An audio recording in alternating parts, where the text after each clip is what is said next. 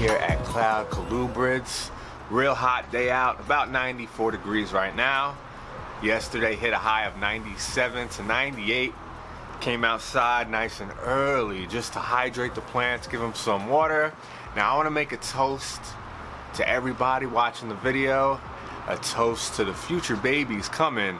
Now we're gonna go inside, get in the nice cool air conditioning.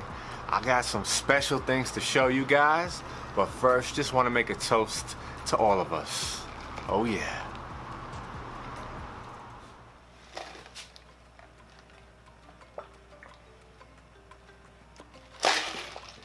Oh yeah. Nice and cool.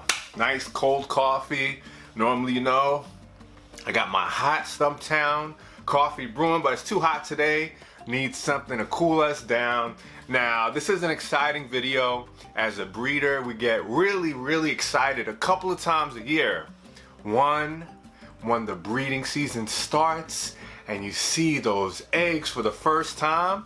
And two, always looking at the eggs, waiting and waiting for them to hatch. And that moment you start to see those little heads pipping out of the egg.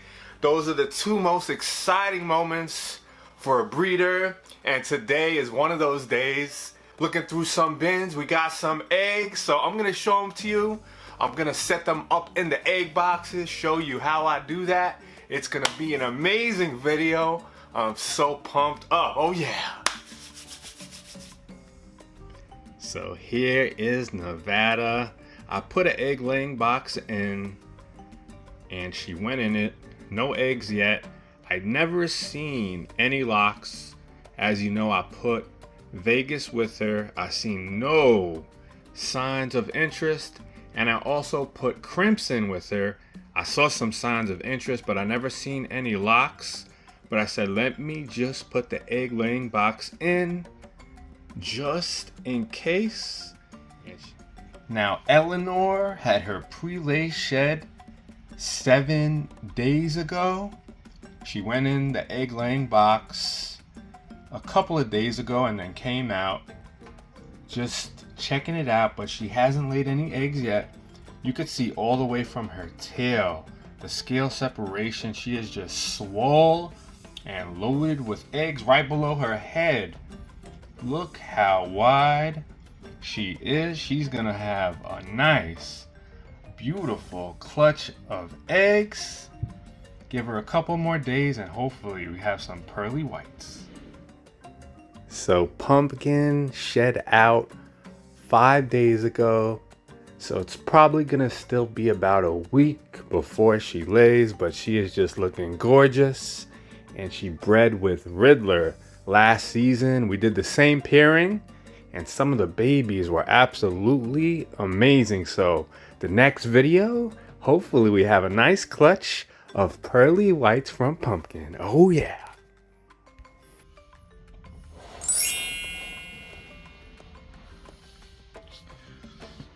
I checked early. Actually, I checked late last night and I seen Eleanor the whole day in the egg laying box, but no eggs. And then I checked early this morning and I saw some pearly whites. Let me show you exactly what I saw. And this is a first time breeder. So now, this is something I love about these clear egg laying boxes. You can just lift and see if there's eggs. If you're using something that's not clear, you gotta keep lifting the substrate to see if they laid. Now, I definitely see good eggs here. I see some that might be slugs, but I definitely see some good eggs. So we're gonna take her out and see exactly what we got. So the first thing that I like to do is just gently remove all of this bedding, this sphagnum moss.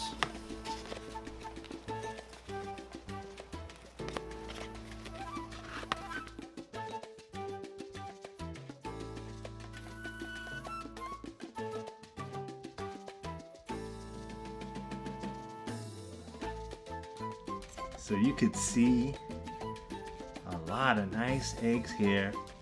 There's a couple of questionable ones in there, but a lot of nice, good, fertile eggs for this first time breeder. So I just put Eleanor back in her bin. We're gonna wait a day or two and then start feeding her, trying to get her energy back, but right now, just let her relax. This right here is so exciting, check it out. Look at all these eggs that we have over here. A lot of good eggs, and we got some slugs too, but we're gonna separate them and get them set up in the egg laying box. All right, so we're about to set up the egg boxes with the vermiculite, but first I want to separate the slugs. I counted 11 good eggs. These two are good, but they were separated from the bunch, so I put them here so they don't roll. And you could see right here, this is a slug. You see the way it's just soft and just real soft and transparent. It looks wet. And I'm wearing gloves because I don't want to put any germs on these. They're gonna be in a box with humidity, so you want everything to be nice and clean.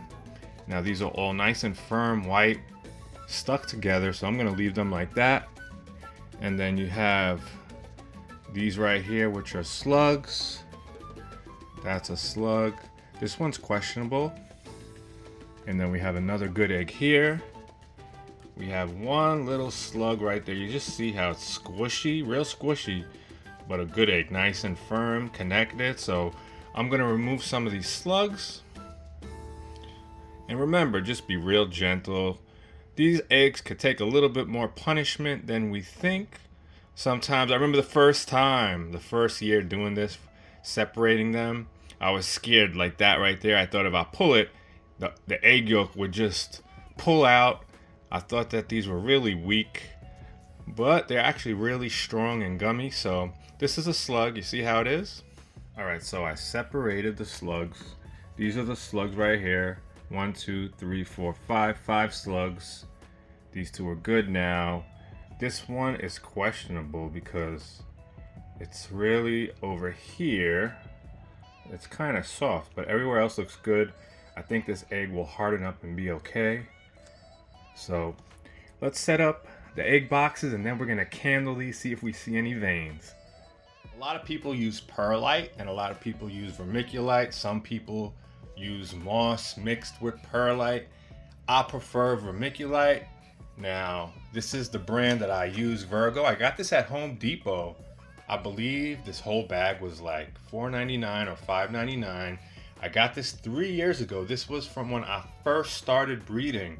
And this is a nice size bag. So this will probably be my last year using this. And I'll have to get another bag. But it's good. It holds moisture. It doesn't mold. I like the consistency of it. So we're gonna set this up in the egg laying box.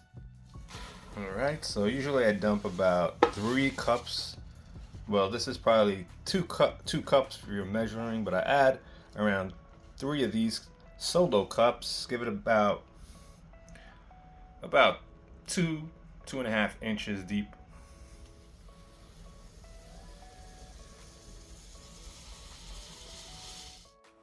So we got the vermiculite. See, it's nice and dry, pretty much like sand, really. And we got to add some water to it, and I always use spring water. You don't want any chlorine in the water or any of that stuff. Pretty sure if you use tap water, the eggs will probably hatch. Everything may be okay, but I don't like taking chances, so I'm going to use the good stuff. I know this is pure spring water. Now I add a little bit, mix it up, and if I need more, I'll add more. I try not to add too much at once. Now I'm going to be trying all moss for my next clutch of eggs instead of vermiculite, just to test. I've only used vermiculite since I've been breeding, and a lot of breeders like moss and perlite, so I just want to test it out. This is almost like being at the beach, playing around with the wet sand.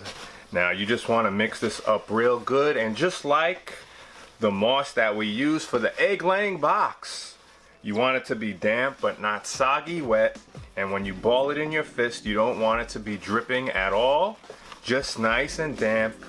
And that's pretty much it, nothing more to it, just some water, get it damp for the humidity, and you're set to put the eggs in.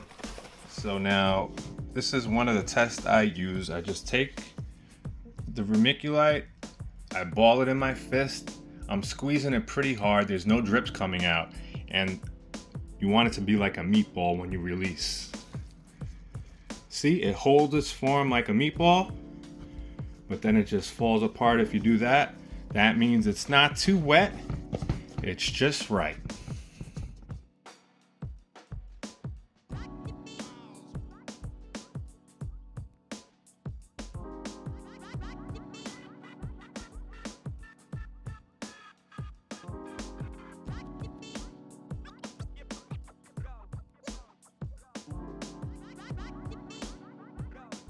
So I have all the eggs situated. These are linked together really tight. I could separate them if I wanted to, but there's really no point, so I'm gonna leave them together. Same thing with this one. Same thing with these two. Plus these are in an upright position.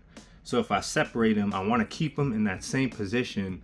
By leaving them linked together, it reduces the chance that they roll over. And with each one, just make sure that the substrate surrounds the egg a little bit on the base so it doesn't roll over. And these are single right here. I don't mark my eggs. I'm real gentle with the eggs. They never roll over, so there's really no need to mark them. And now we're gonna candle them to see if we see any veins. So I hope you guys aren't scared of the dark.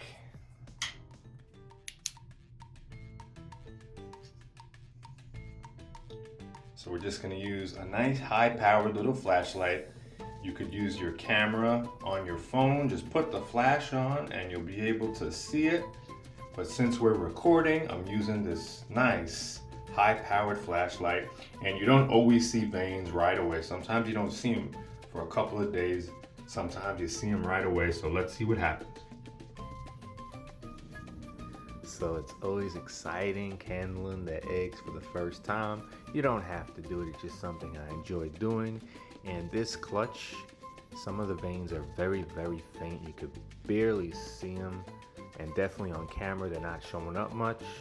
But usually with age, the veins come in stronger and stronger. Sometimes right out of the female, the eggs have lots of veins. So this clutch is looking pretty good.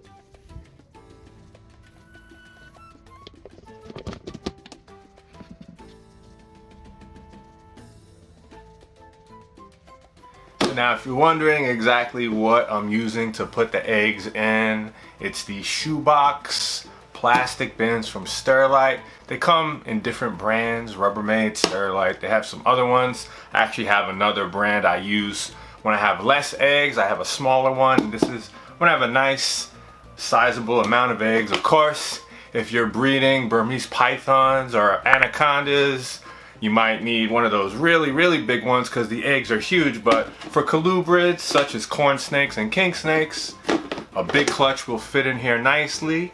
Now, I just put one hole. I put one hole, really, really nice small pinhole. One on each side of the bin just for a little airflow. And you know, I know a lot of breeders that don't put any holes in the bin. They just leave it as is, cover it up, and usually that's fine. It keeps the humidity nice and high. There's still a little bit of air that gets in here, so you probably don't have to put the pinholes, but I think it's good to keep the chances of less mold or fungi build up. So nice little airflow on each side, and I just make sure I wash these each year when I reuse them, and that's about it. So 8 days ago, Pearl laid her clutch of eggs. The ones that I felt were good, I candled. 2 good for sure, and 4 that didn't show any veins, and I was questionable if they're good or not. So today, 8 days later, we're gonna candle them again and see what we got. Hopefully, all of them are good.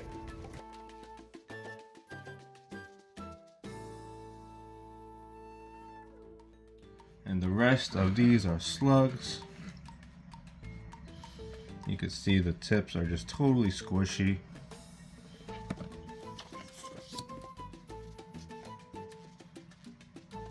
Alright, so this is the clutch that was laid 8 days ago from Pearl and Pink Panther.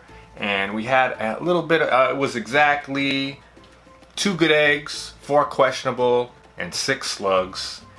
Now, it turns out, it's been 8 days, I haven't candled them, but the other 4 eggs which were questionable, still looking nice. Looks like they firmed up a little bit. They were a little on the softer side, they firmed up. So let's go candle them real quick and see if we see any veins.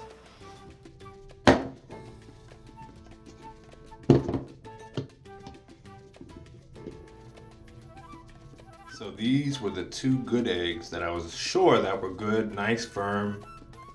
And these 4 were more on the soft side. Now they're nice and hard. And we're gonna candle them. I think all 6 eggs are good. So we'll start with the eggs that I knew for sure were good. Oh yeah, see you could really see the veins in these. And sometimes, like the other clutch, you didn't see many veins. Now I did see some veins, but they didn't show up on camera, but these you can clearly see. So that's 1 for sure good egg. Oh yeah. Right there, I don't even have to put the light too close. You see the veins? So those 2 are the 2 that I said were good. Now the moment of truth, the other 4 that weren't, that I was a little questionable about.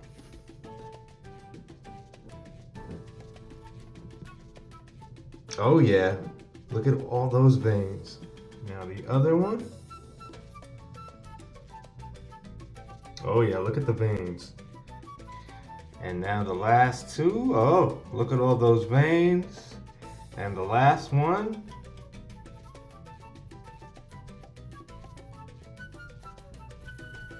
Oh yeah, you see veins in there. Now the way I'm hitting it with the light, you can barely see it, but it's there. So all 6 eggs are good.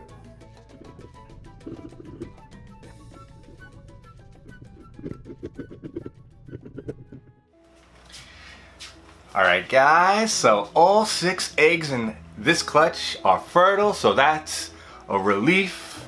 12 eggs, half were slugs, half good. Now by pairing Pearl with Pink Panther, really nice deep pink. Salmon Snow Tessera from Lee Abbott. No halo genes, so there won't be any halos in here like last season. Paired her with Cactus, but I think Pink Panther has stronger pinks than Cactus. So I want to see what that will do with that nice skin tone that Pearl has. I think it's going to really be something interesting.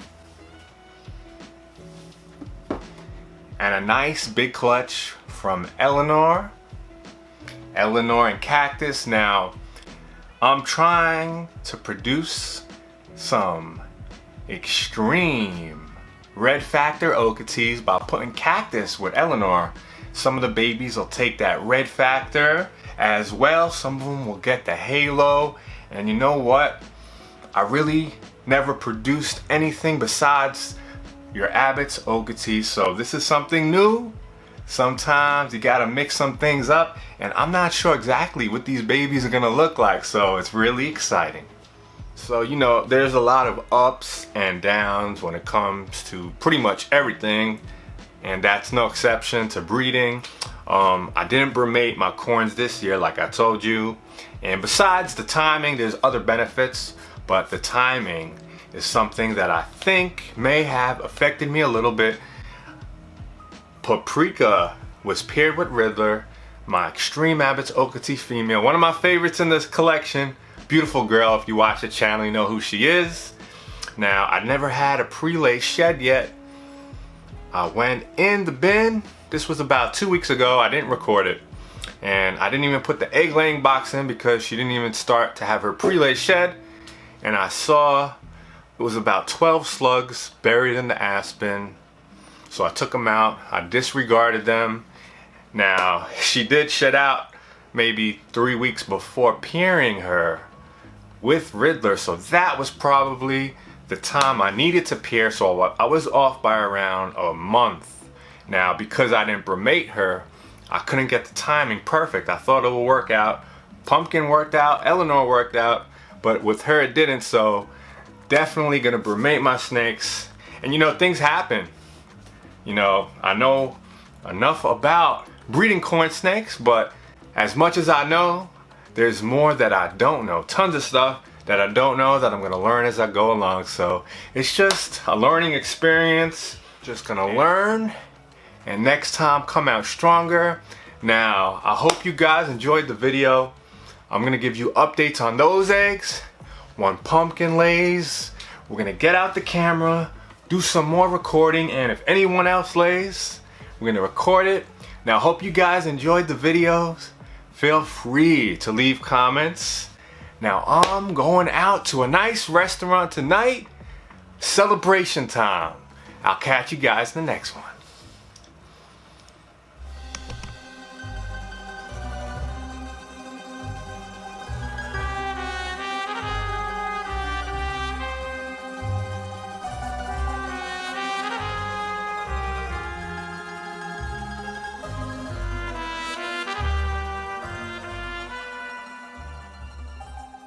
Girls coming in, going out, coming in. It's like girls gone wild. They're just going all over the place. Now finally,